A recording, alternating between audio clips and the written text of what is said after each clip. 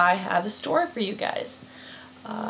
I do color guard, another thing about me. It's like flag twirling, rifle twirling, and marching bands and parades. And I do it in high school. It's really fun. I definitely recommend it. But I went to a color guard party with some people I do that with.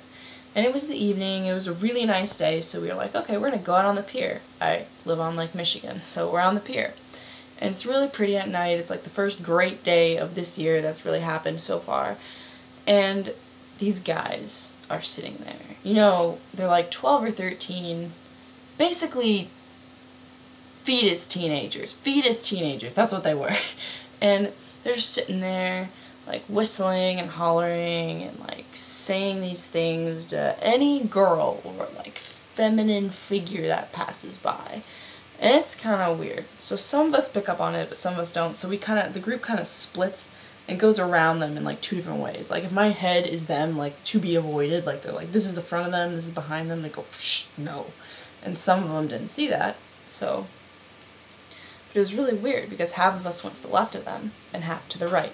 And as we walk by, they say, oh yeah man, check out that honey on the left. And we get a couple yards down, we don't think much of it, but then we stop. And we're like, did you hear what he said?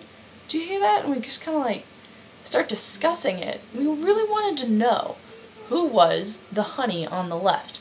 So what we did was two of them went back and asked the like 3 boys or whatever, like who was it? And they just kind of got all taken aback and stuff and freaked out and said, I don't know, that guy was the honey on the left. So they come back and tell me this. And I did something that really surprised me that I even did this. I got so angry. I walked back to them, to those boys, those fetuses, and I said, dude, okay, who was it? And they freak out. They're like, whoa man, it wasn't me, it was him, and they're pointing to this guy that's on like the right of them. And it's like, no man, who was the honey on the left? We want to know who's this elusive honey on the left. The suspense is killing us. It's got us on the edge of our seats. Who's gonna have the ego trip? Who is worthy of your praise, my friend?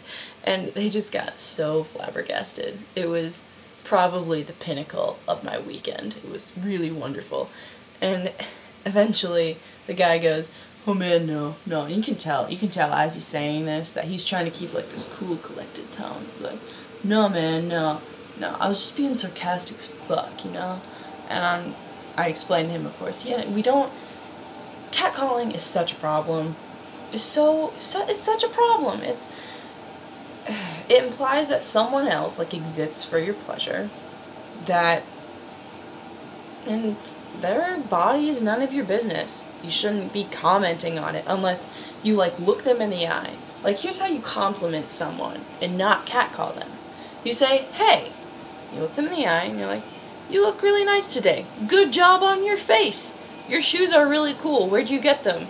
And you start a conversation or something like that, or just like, have a nice day. If you don't want to have a conversation, don't just be like, yeah, check out the honey on the left.